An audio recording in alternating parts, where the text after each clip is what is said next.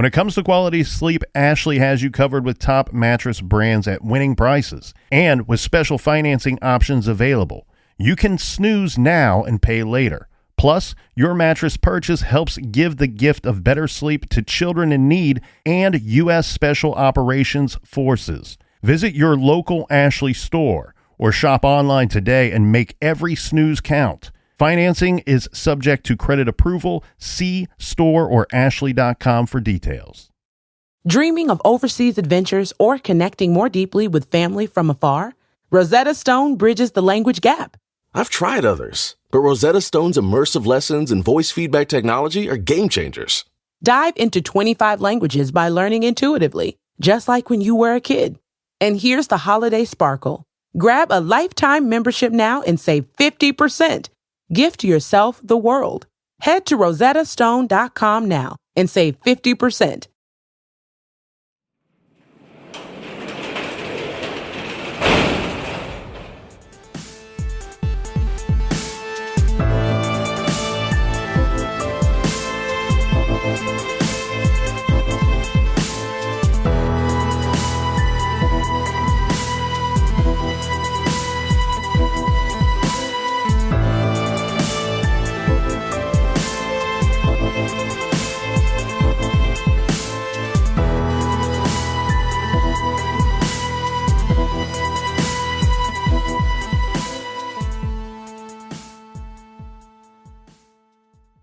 Welcome to True Crime Garage. Wherever you are, whatever you are doing, thanks for listening. I'm your host, Nick, and with me, as always, is the hardest working man in the garage. Well, if he's not, he's definitely in the top two. He is the captain. All right, employee of the month. It's good to be seen, and it's good to see you. Thanks for listening. Thanks for telling a friend.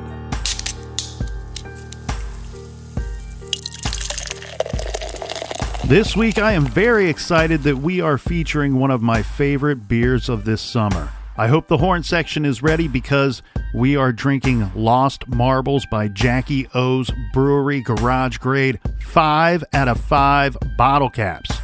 And this week's fantastic beer is brought to us by longtime listeners of the show.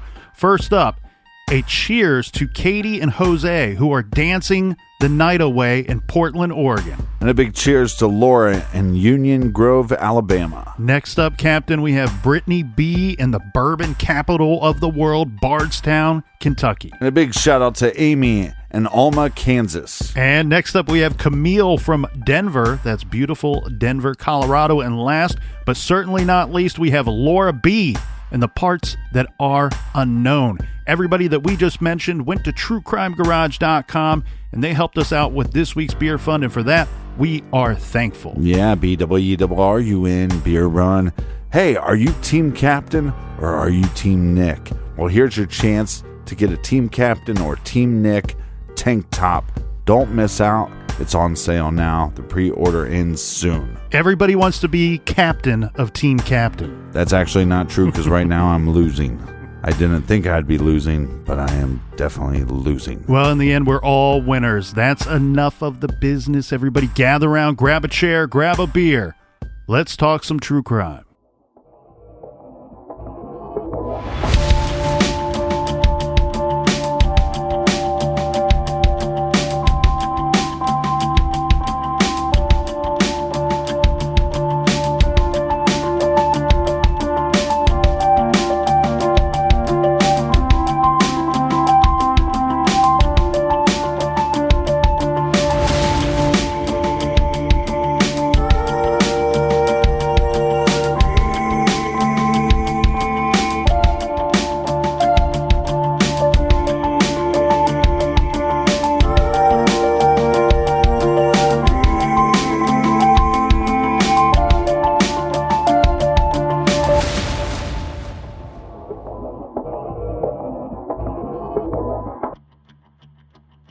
It's a scene straight out of a horror flick. Some guy is using his telescope to spy on an attractive young woman from afar.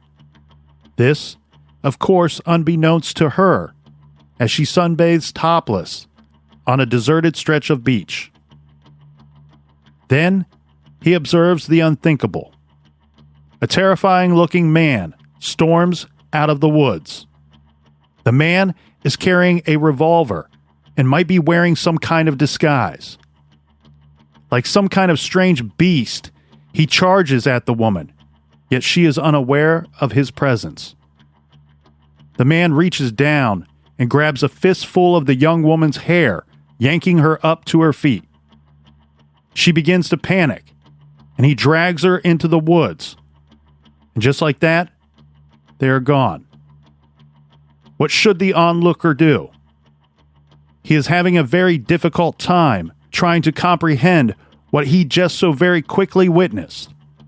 Who was the young woman, and who was the man that grabbed her? Did they know each other? Was this some kind of prank, or possibly a domestic dispute? Or was this a very real and horrific abduction? What happened to the woman on the beach? This is True Crime Garage, and this is the case of Heather Teague.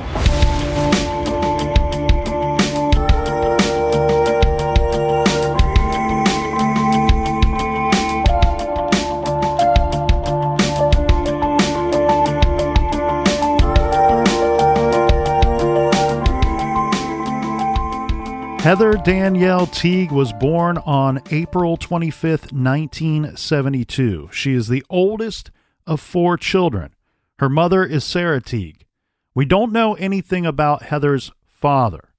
According to her mom, Heather was an honors student, a cheerleader, and a multi-sport athlete. She was the homecoming queen at Webster County High School.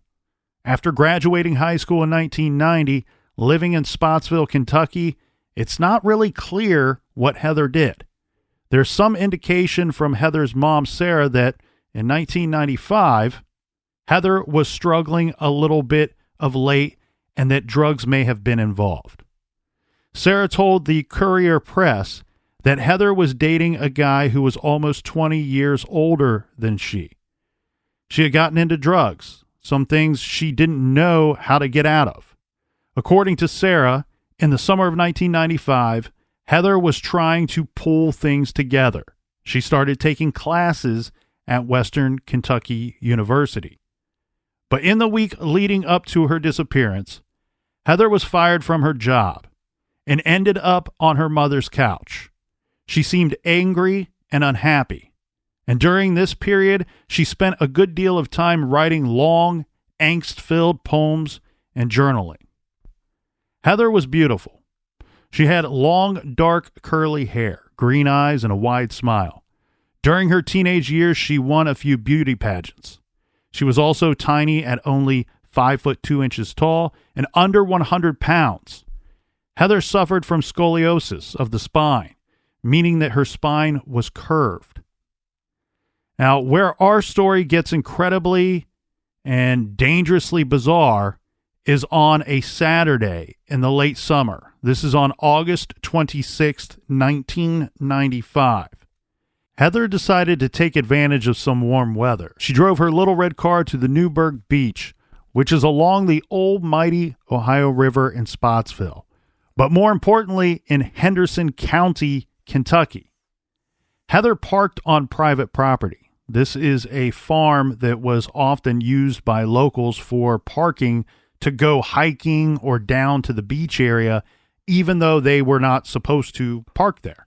Yeah, most of the Ohio River will connect right to woods, but there'll be like these little tiny beaches. So it's not like a beach that you would see in Florida that runs for miles and miles. They're just sometimes the size of like a normal backyard. Or where a turn in the river occurs. Right. So Heather, after parking her car, she makes her way through this wooded area and then down a steep embankment and onto the beach near the water. She brought with her a beach chair and her bag. She set up her chair near the river and took off her red plaid shirt and her shorts, so now she's in her bikini. All set up, she decided to untie her bikini top and lie on her stomach and sun her back. Heather lay there just enjoying the beauty and the quiet of the natural surroundings. Her solitude was interrupted by the sound of ATVs roaring nearby. From the way it looks, Captain, Heather was alone in her spot, but there were a decent amount of other people there near the water, but they were further down the beach. So she is kind of off in her own little world, if you will. But as we heard in the trailer, it seems like Heather was being watched, and of course she was unaware of this, and we will have a lot to tear through later. But if she is in fact being watched, well, then she is being watched by... Is she being watched by more than one person? That's what I ask myself as we continue on. Meanwhile, across the Ohio River in Evansville, Indiana, a man named Tim Walthall was at his riverfront rental house. While his wife was making lunch for the two of them, Tim engaged in a hobby that he often did. This is gazing through his binoculars at the popular beach area across the river. Now, we don't know if Tim was checking out Heather or just people watching in general. Was it binoculars or was it a telescope? He starts with binoculars and it will end with a telescope.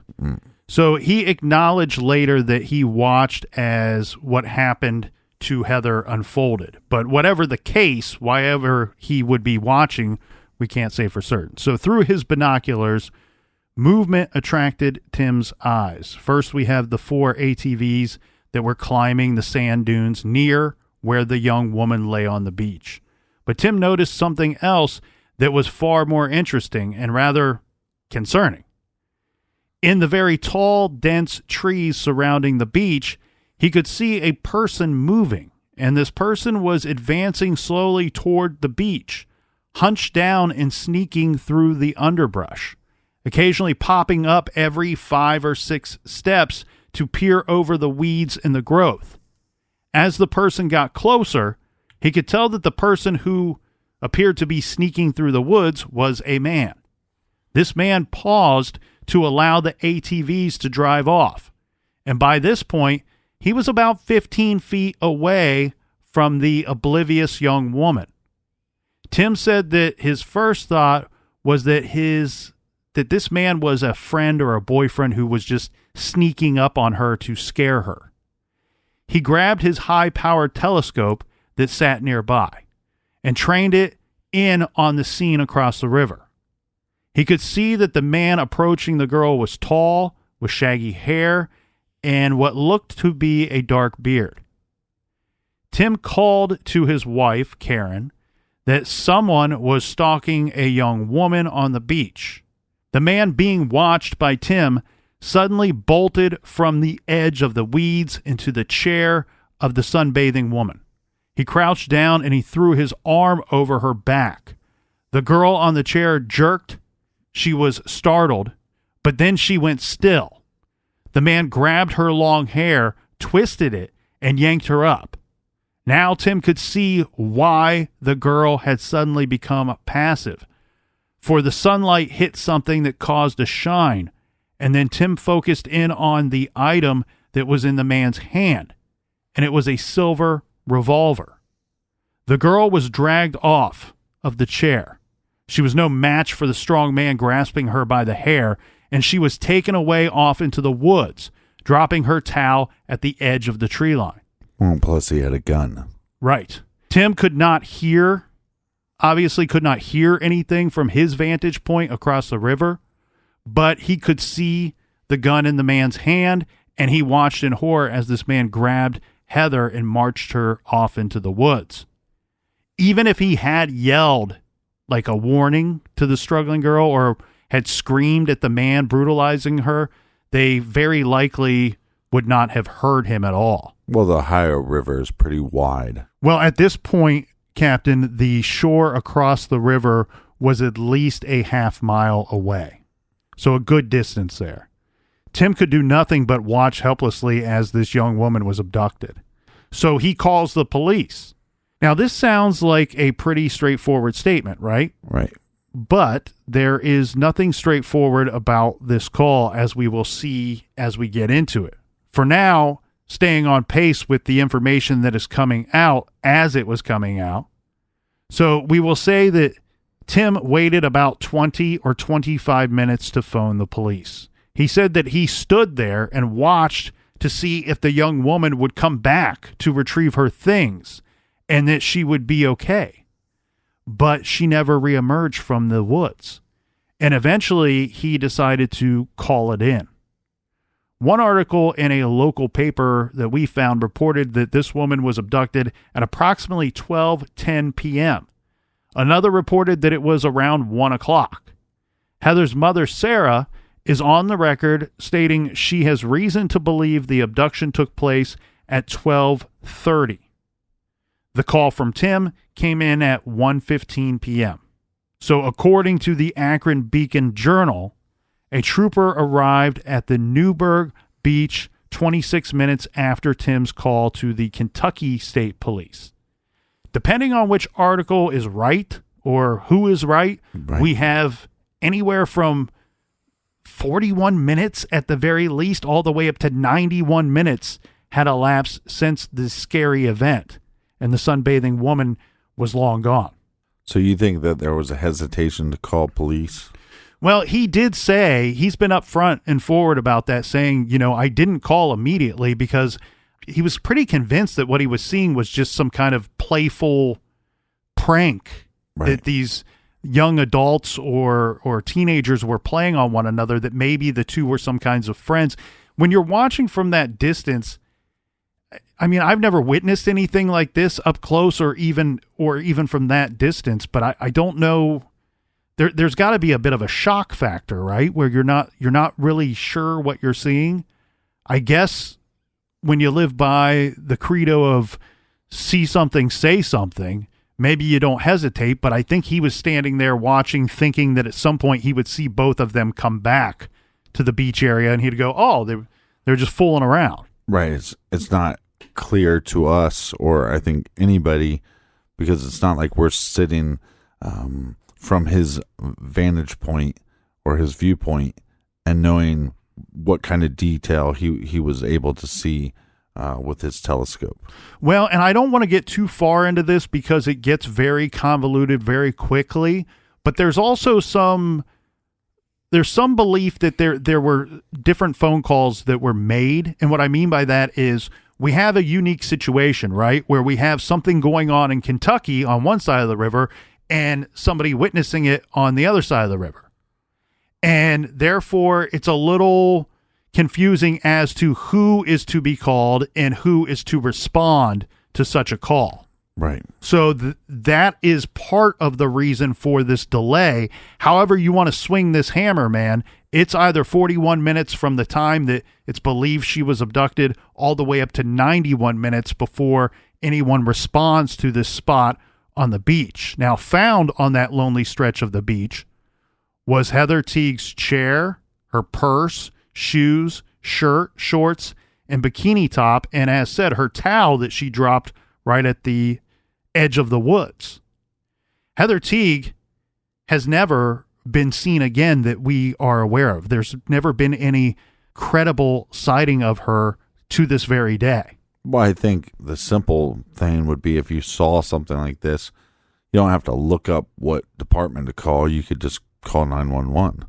That seems like it would make the most sense to me. Yeah, and I think that's where people call into question the actions of our witness, and who he called and why would he call whomever, and that's as said, that's a very long, convoluted story. Okay, so what do you think about this peeping Tom? I don't know that I would. I don't know what he was doing that day. I can't. I don't think it's fair to call him a peeping Tom. It's very odd that we're covering this case now because I just played on the Ohio River, different part where Ohio is connected to Kentucky, but I could see somebody living in a cabin or something around there that would just be something you would do because you see boats go by, you see people set up fire sites on the beach. It might not be as creepy as him. Well, I was looking for girls in bikinis. Mm-hmm. It could just be, oh, there's a bunch of people at the beach. I wonder what they're doing. Right. Well, and you know what? Some people are going to call me a creep or whatever. I actually don't even think that that's that big of a deal. Even if he was like, hey, I purposely have these binoculars and this telescope here to check out some women on the beach. I don't see that big of a deal with it. It's a public area. If you're doing something you don't want somebody to see you doing, maybe you should do that in private. So, but you're also doing this with your wife home. Right. I mean, I have a set of binoculars at my house, and I use them to check out things. No, I mean, I do. There's been times where I'm like, hey, ooh, what kind of car is that? Boom, pick up the binoculars. If I were on the river, I would definitely have the binocs ready to rock. Well, that's what I'm saying. But when you see we saw these really cool boats, or we saw what almost looked like a mini yacht or something, and it's like, from where I was at, like, you couldn't make out any details, but it would have been cool to check it out from afar. So I worked in that high-rise building downtown for years where many wealthy people lived. Yeah. And almost every one of them had a telescope either, near the door that led to their balcony. Nosy neighbors. And I would I'd have these conversations with the residents there, and some of them were very upfront about it. They're like, yeah, I love to go out on the balcony, have a little cocktail, and I just kind of look around through the telescope, see what's going on in the park, or see what's going on down at the river, or at these businesses at the skyscrapers. And then there were other residents that said, I just leave it set up. I've never actually used it, just for the funny conversations that it invokes when I have guests over. I believe Fraser Crane had one of these as well. That's right. And I think on the Friends set, they had a telescope as well. That's right. And that's the thing. A lot of people call this Tim guy a creep. I don't see it, but we march on. So he says, this is what he says that he witnessed, this terrifying event go down, as well as he described for the police the man he saw on the beach as a larger man. He says approximately 6 feet tall and about 220 to 230 pounds. The abductor had shaggy brown hair and a bushy dark beard. He was wearing cut-off jeans but no shirt and black sneakers. Tim sat down with a police sketch artist. I do want to clarify something real quick here. I said black sneakers. I have in my notes too that black sneakers or black boots. So I don't know what is more accurate, but I just wanted to make sure that I brought that up. Tim sat down with a police sketch artist, and they were able to generate a drawing of the man Tim saw. The quick description, Captain, is our perp is a paunchy white guy with shaggy hair and a scraggly beard. Now, one very weird thing here to me is the exact time of when this sketch was made is very unclear and should be called into question, and will be once we have some more of the details here.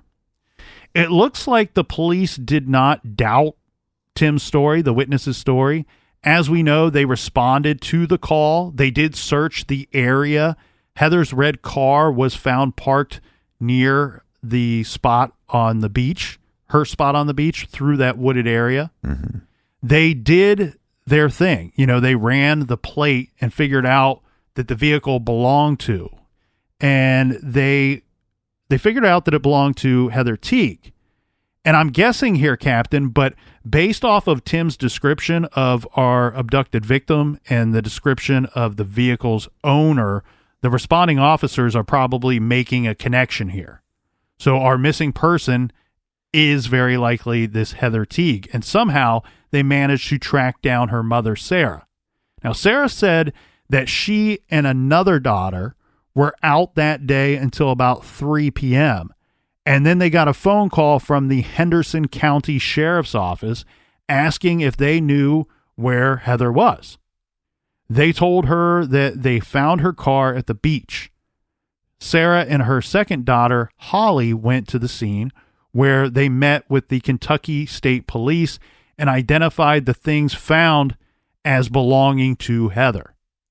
Sarah said she was horrified to see Heather's blue chaise lounge chair sitting empty on the beach.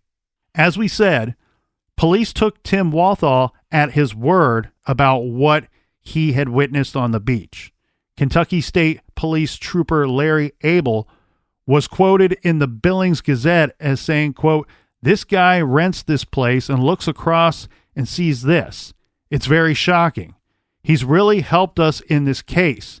If we did not have him, we'd have a missing persons case instead of what we have now." The trooper very simply stating that we know that this is not just a missing persons case because if we have a witness, we know that we're dealing with an abduction.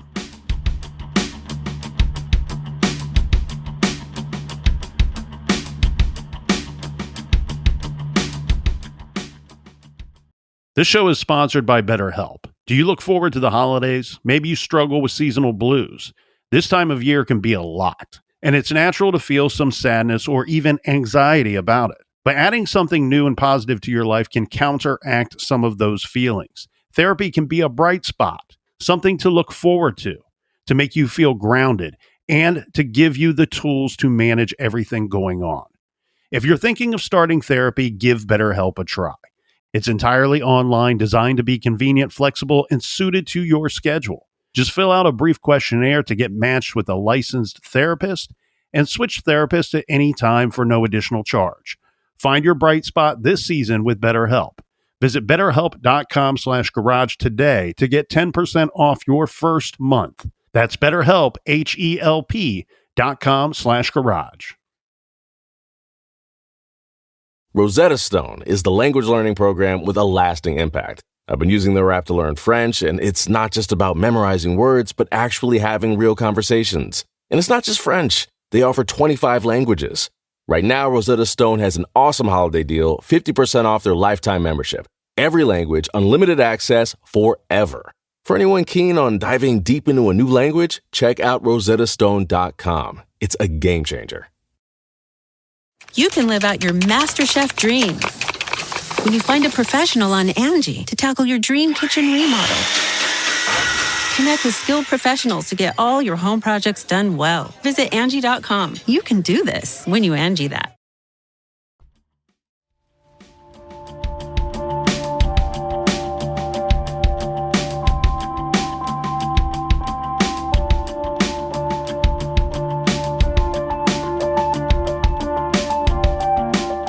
All right, mates. Cheers. That's right. Cheers to everybody out there. Cheers to you, Captain. Cheers to me, because True Crime Garage has partnered with Magellan TV and the Cold Case Foundation to help fund an investigation in hopes of helping victims and maybe even closing out a case. For the remainder of July, for every person that signs up for a free trial with Magellan TV, a $10 donation will be made to the Cold Case Foundation. Please go to MagellanTV.com/cold-case and sign up today. Watch some cool true crime documentaries for free and help us help the Cold Case Foundation.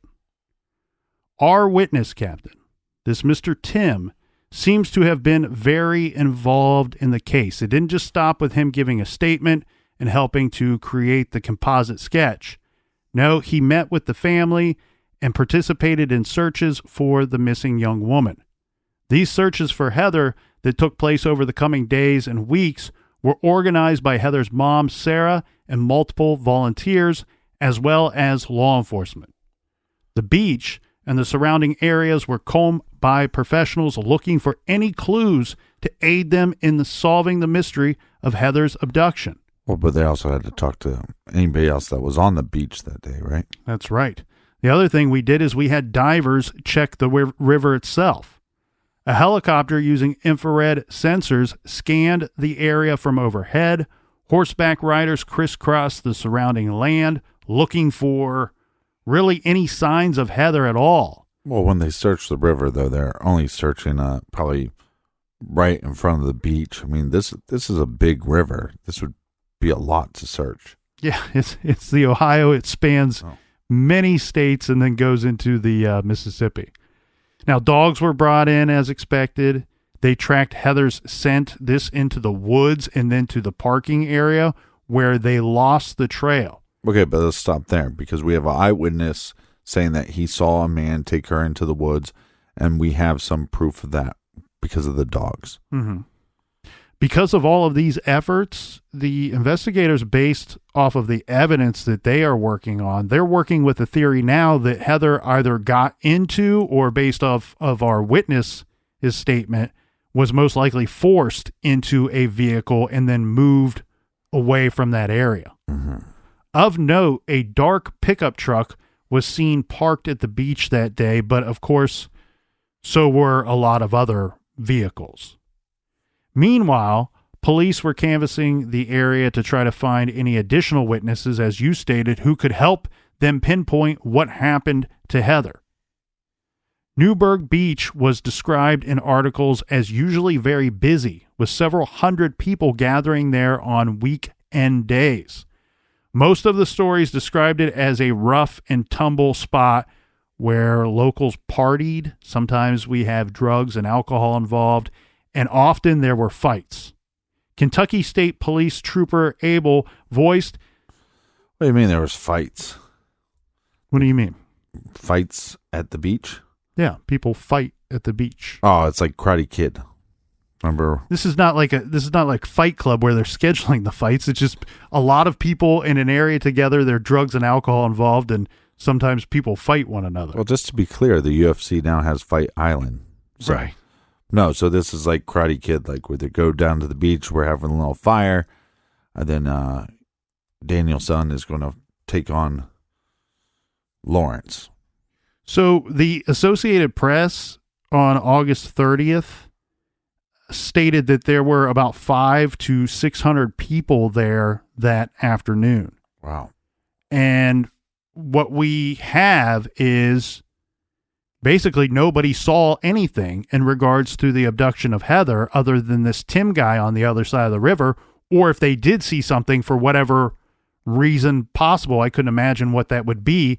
They didn't come forward to say anything. But again, maybe it's like he was saying, he didn't know at first if it was like a violent attack or a playful attack. So maybe it was a little playful at first, or she knew this individual and the person was joking around, and that's why nobody paid attention to it. Yeah, they may not have paid attention, may not have seen her. As said, it sounds like she's off in this little area almost by herself. Right. And people are busy doing their own thing, right? They're not all strapped with binocs and telescopes and checking I'm just everybody saying, else if somebody out. was 10 feet away and somebody grabbed their hair as violent as he's claiming, that I think I would have heard a girl scream, or say, "Help me," or something. Mm-hmm. And this article will say that Heather was lying in an area about 500 feet away from the part of the beach that was the most popular. She was in an isolated spot near the end of the beach close to the woods, and that is how she was taken without anyone on the beach noticing. It's still pretty mind-boggling that this could all occur right under the noses of others on that same beach in broad daylight, and the only witness is half a mile away across the water. Finally, investigators found that there was someone who had been there that day that might be able to provide helpful information. According to the Associated Press, local farmers were disgruntled because beachgoers and ATV riders were tearing up their land and leaving trash behind, namely broken bottles, litter, sometimes drug paraphernalia. Do you know who litters, Captain? That would be people without a future. I was going to say, real pieces of shit. So these farmers, they hired an insurance adjuster, a local guy, to videotape the area so they could try to pin down the source of this destructive behavior. This man fixed his camera on the entrance to the beach area. The video, amongst other activities, showed Heather driving into the lot, parking her car, and walking down to the beach. But there was something else of interest on the video, which was disclosed later. This was not the abduction itself, but it was a possible clue. Driving by Heather's car was a red and white Ford Bronco. Police released a description of the vehicle, and the composite drawing made by Tim released this to the public and asked for help identifying the man and the vehicle. And they got a phone call from a man who reported that his neighbor drove a red and white Bronco, and that neighbor also resembled the composite sketch of the suspect. The Bronco driver named by the tipster was 30-year-old ex-con Marvin Ray Dill, a.k.a. Marty, who lived in nearby Poole. His name was on a list obtained by police of local drivers who had Broncos registered in their names. Police publicly released Marty Dill's driver's license photo, in which he had shaggy, unkempt hair and a scraggly beard. And Tim Wathall believed that the man he saw on the beach that day looked like the photo of Marty Dill that he was shown by police. Mm-hmm. This is where we must mention, Captain, that the driver's license photo shown to Tim, our eyewitness, and released to the public, well, it was 9 years old. It was a 9-year-old photo, which makes sense, right? Because you only renew your driver's license every 10 or 15 years, right? Yeah, or right. Every 20 years. Right. So no, of course not. So this makes zero sense, actually. But it's the information that we have, so we roll on. Regardless, now our suspect has a name and a face, and it's time to go looking for a one Marty Dill. Dill lived in a mobile home on his family's 28-acre property in Poole, Kentucky. His red and white Bronco was found parked nearby, hidden in some brush. Hey, Dill. Hey, come out with your hands up. Hey, Dillweed. Hey, Dill.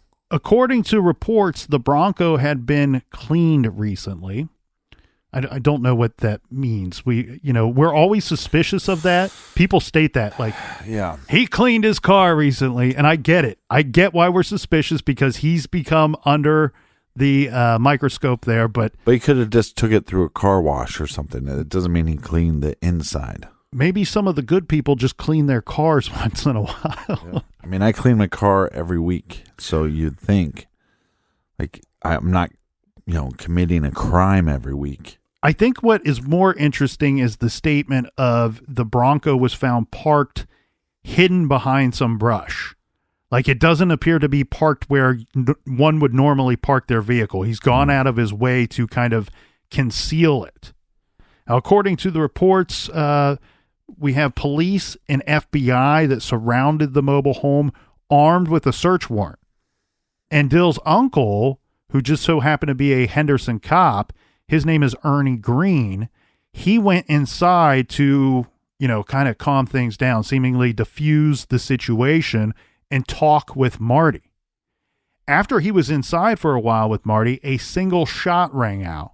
Marty Dill lay dead on the floor, having shot himself. Dill was dead of suicide before anyone could question him about Heather Teague and his possible involvement in her abduction. Of course, Dill's abrupt suicide made him appear to have a rather guilty conscience, and investigators were confident that he was their man. For one thing, he had a record. In fact, when Heather Teague was taken, Dill was out on probation after a drug conviction. Well, see, if you get caught doing anything else, you're going to go back to jail, and that's probably a place that Dill doesn't want to be. He was arrested in February of 1995 in Evansville after police received reports from residents that he was cruising in his Bronco and soliciting young girls for sex. When he was arrested in his truck, this is some scary business. They found marijuana. That's not scary. But they found 2 loaded handguns, rubber gloves, duct tape, and rope. That's when he was trying to pick women up. He's the notes. Like, hey, you want to give me some sex? I'll pay you for some sex. Well, the notes I have, Captain, is young girls. that he's approaching young girls in his vehicle, and he's got loaded handguns, rubber gloves, duct tape, and rope. But he's offering money for sex. I don't know that that is in fact so he's just cruising up, sees these girls, so we're guessing under 18, and he has gloves, rubber gloves, duct tape. He has a murder kit. Right. That's what I would classify this as. We do have Dill, who is a carpenter by trade, so maybe one could explain away some of these items. You should lead with that. That he's a carpenter? He's a carpenter by trade, so they found these items in his vehicle. Right, but that doesn't explain away 2 loaded handguns. No, or the marijuana. It covers you probably on duct tape and rope and rubber gloves. But then my question goes, okay, if these items were used for your trade, where are the other items for your trade? Where's the hammer that you're swinging, man? Where's the power tools? Where's the other things? No, we just have loaded handguns. Yeah, but in fairness, he was too high to do any carpentry work, you know? Well, he gets convicted on a couple different charges here. He's sentenced to 5 years after pleading guilty. But then the judge let him out on something called shock probation. This is after serving 40 days. So he did serve some actual time. But the shock probation basically is when you have an offender sit in jail for some amount of time and then suspend the rest of the sentence in favor of probation.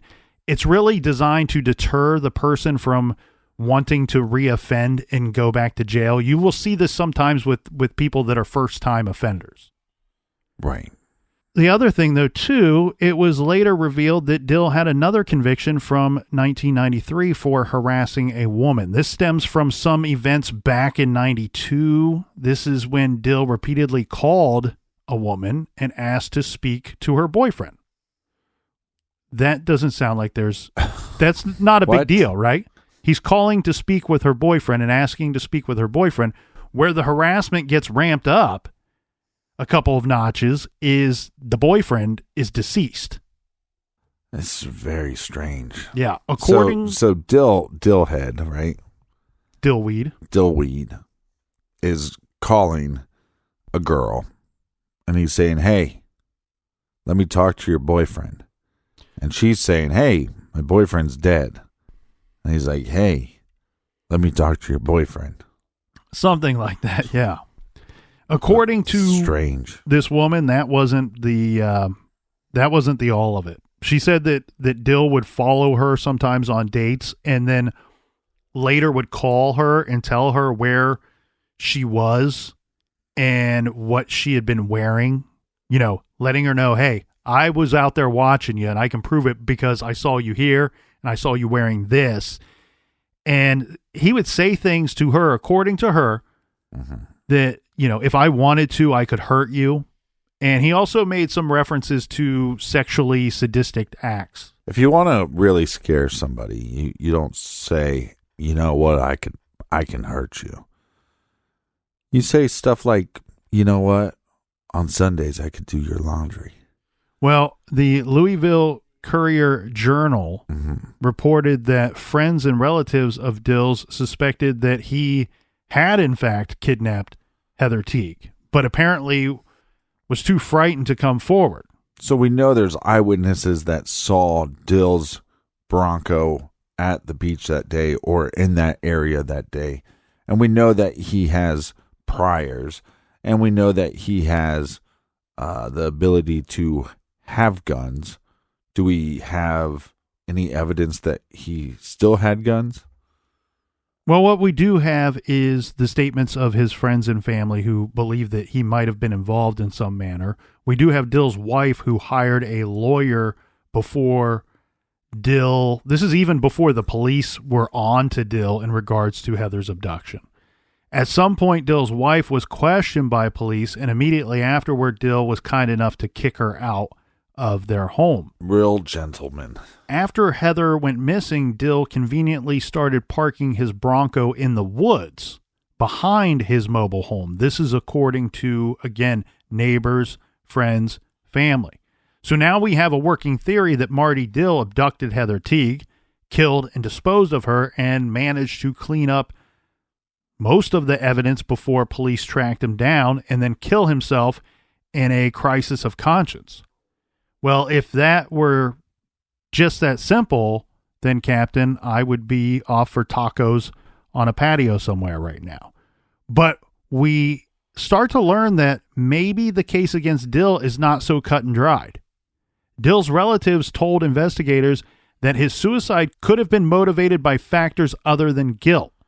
Dill didn't want to go back to jail, as you pointed out, since he was still on probation, and he was still operating his pot growing business. He had a little pot growing business going on. Right, and plus he's having, obviously, relationship problems with his wife. When police arrived, he took himself out instead, and police processed Dill's Bronco and found 2 drops of blood inside the vehicle. There are different reports out there about where in the vehicle these were located, but most reports say on the inside of the tailgate. Hey, what's the deal with Broncos and drops of blood inside them? Yeah, I don't know. Hey, what's the deal? Don't. This is not another opportunity for a shirt. Yeah. I've been down this road a few times. Ban the Ford Bronco. Right. One of these spots of blood was ruled out as belonging to Heather Teague. The other was inconclusive. Police also connected numerous fibers and, according to Sarah, her mother, a hair to Heather Teague. But the Kentucky State Police said that since they had no victim, they could not compare the hair to Heather's. And I'm sorry, that just does not seem kosher, does it? We know in a lot of cases, somebody goes missing, they go to the home of the missing person and collect items of that person there at the home, and then they can use it to compare. Well, look, if people aren't updating their driver's license for every 10 years, maybe people are not combing their hair for 5 years. Well, and what we have here, Captain, is we have her mother who questions why the Kentucky State Police never asked her for a sample of Heather's hair, which, again, surely could have been found or retrievable from a hairbrush in the home. Right. Let's pause for a second, right? So we know that his vehicle was there, or we assume he was with that vehicle. So he's in the area. He is a creep. He has some priors. He has the capability of having guns. So this is something that he could have done. If you find a drop of blood in his Bronco or some hair, which you think you would find at something, because if the eyewitness is correct and this individual grabbed her hair as hard as they said they did, you would think that you'd find at least a couple strands of hair in the vehicle. And if that matched, then it's not too hard to go 1 + 1 = 2. Well, and the other thing, too, for all these people, for anybody that would have access to that arrest report of him carrying those guns in his vehicle, yeah, I'd be interested to know, do either of those guns match the description given by our witness of the gun that was used in the abduction? Yeah. So really what we have here, Captain, is somebody that looks very interesting on the surface, but we technically have no conclusive forensic evidence linking Dill to Heather Teague. Is it more likely that he did a horrible crime, like abducting a woman and killing her, and then that's what he would commit suicide over? But they're trying to make it seem like, oh, well, he knew the police were on to him about marijuana. You see what I mean? I know what you're getting at, which makes the more sense. But then you also have to factor in, do we have a situation where somebody is struggling with a lot of other things that we don't know about, we are unaware of, we don't understand, and this is a high stress situation that pushed him over the edge. Right. The other problematic fact in this case is that Marty Dill did not have shaggy hair as described by our eyewitness. But we saw the ID. Well, you're right. We did the 9-year-old driver's license. Right. So what happened to his shag hair? From my understanding, Dill was nearly bald at the time of the abduction and did not have a beard when Heather was abducted. So this is according to his family. Investigators surmised that maybe he cut his hair and shaved his face after the abduction, after the murder to alter his appearance. But his family members told police that, in fact, Dill was bald and clean-shaven for months leading up to the abduction. Again, what does every press conference tell us when we have a missing person or we have to be on the lookout for a suspect? They always say the change of behavior in the last couple months and the change of hairstyle or beard style. So maybe his family is correct, but it also makes it sound like, oh, well, for the last few months, he was clean shaven, head and face. So at some point, he was still holding on to the locks upstairs, even if he was going bald. When's the last time he had a beard? Was it normally like that? Well, and maybe they're just wrong, and it was just for the last few weeks and not the last few months. Yeah, but you know who's going to agree with them that's going to make it very difficult for a case against Dill? The people that are going to agree with him will be the county, because Dill's jail admission report from April of 1995, 4 months before Heather was taken, lists him as bald. He is also 5 foot 10 inches tall and 180 pounds, not the 6 foot, which I don't put a whole lot of weight into the 6 foot thing because the guy is half a mile away. Yeah, looking with the telescope. And the hefty 220 to 230 pounds as described by Tim. Right. Maybe if you get the height wrong, you got the weight wrong as well. So I don't factor that in a whole lot, but I find it very interesting that the county that released him, when they release him, they say this man is bald. And then we have the family saying he's been bald and clean shaven for several months leading up to this abduction. These are also the same people that say, yeah, I understand why he's a suspect. Yeah, but here's my other issue, though. Is it possible that this guy had a wig? And is it possible that it wasn't actually, maybe it was a mask, right? It could be like, think about a ski mask. Let's say he was wearing a ski mask. From a distance, it would look like the individual had a beard and a full set of hair. Right. So that's all I'm saying. Or was he wearing, some type of a toboggan and then wearing some face mask or something? I'm just saying that there's a bunch of possibilities that we can't just rule him out because, he actually had clean shaven. Well, again, maybe he had a baseball hat on with a mask, or maybe he had a toboggan on or a ski mask on. But we don't have a witness saying that he was wearing a ski mask, but he could have been wearing some type of disguise. The problem with the witness, even though they had a telescope, they're at a really far distance. Then maybe that witness shouldn't describe the face to law enforcement so that they can draw the composite sketch of the man that he says abducted the young woman. No, I'm just saying that we have to take that into account. You want to take this is the only eyewitness we have. We want to take all the information, all the detail as we can. But I think some of the information you have to just go, well, maybe he saw this, maybe he didn't. I mean, the eyewitness is telling you, I initially thought this seemed like a playful act. So that's all I'm saying is we have to keep that in perspective.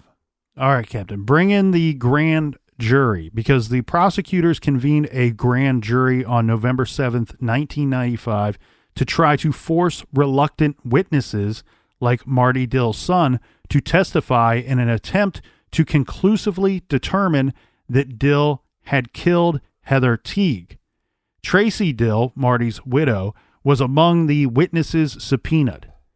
Henderson County Commonwealth's attorney Bill Markwell said, quote, "They have a suspect and it's Marty Dill," end quote. But something came out in connection with this grand jury that was new information.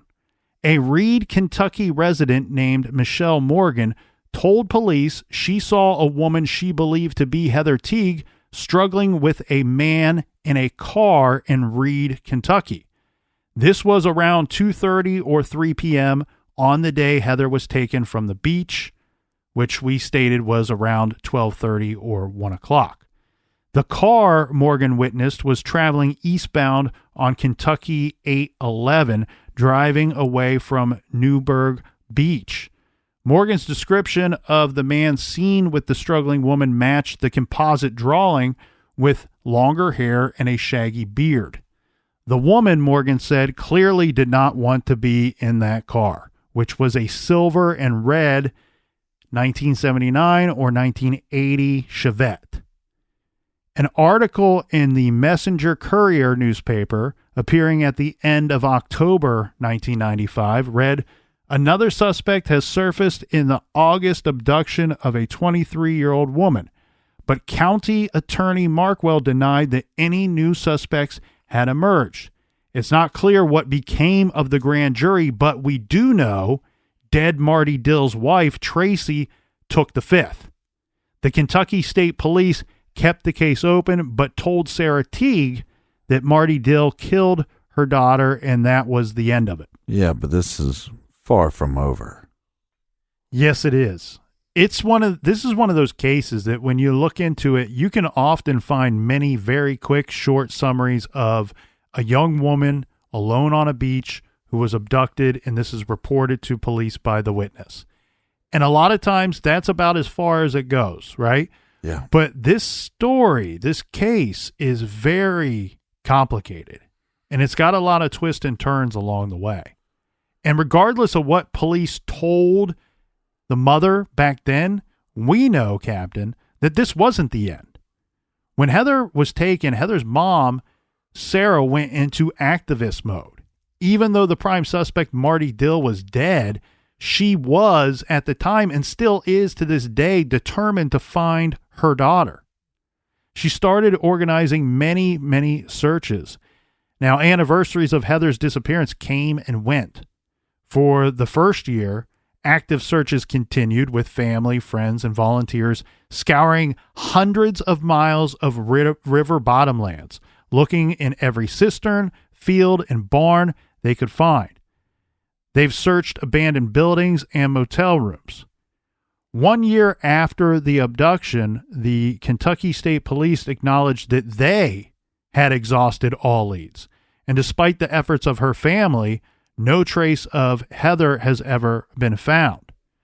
Anyone that knows this case knows that Heather's mom, Sarah Teague, made it her mission to find her daughter, and she pinpointed Tracy Dill, this is Marty Dill's wife, in her quest for information, for more information. In 1996, Tracy Dill filed a lawsuit against Sarah for harassment, saying that the desperate mother had plied her with 8 letters demanding information about what her deceased husband may have done. Sarah said she had no choice but to go directly to Tracy, since Tracy would not testify about what she knew. Remember, she took the fifth with the grand jury. Right. Jurors acquitted Sarah, and the trial failed to bring any new information to light. Tracy Dill testified that she had no knowledge in response to the defense attorney's questions, which were as follows: whether she knew where Heather Teague is, whether she helped clean Marty's truck, whether Heather had been raped or trafficked, and whether she knew why neighbors reported hearing a woman screaming near the Dill residence on the night Heather vanished.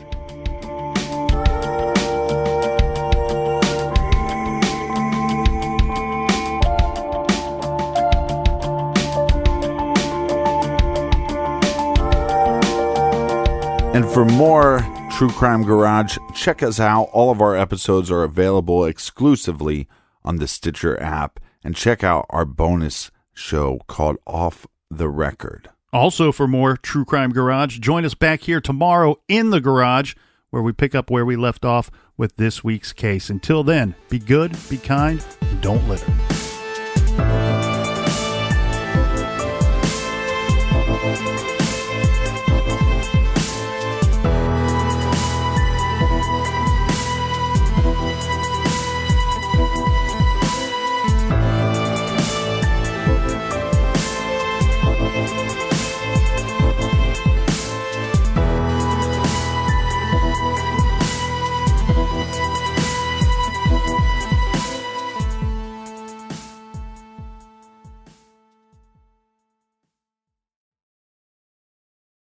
Angie's List is now Angie, and we've heard a lot of theories about why. I thought it was an eco move. Fewer words, less paper. No, it was so you could say it faster. No, it's to be more iconic. Must be a tech thing. But those aren't quite right. It's because now you can compare upfront prices, book a service instantly, and even get your project handled from start to finish. Sounds easy. It is, and it makes us so much more than just a list. Get started at Angie.com. That's ANGI, or download the app today.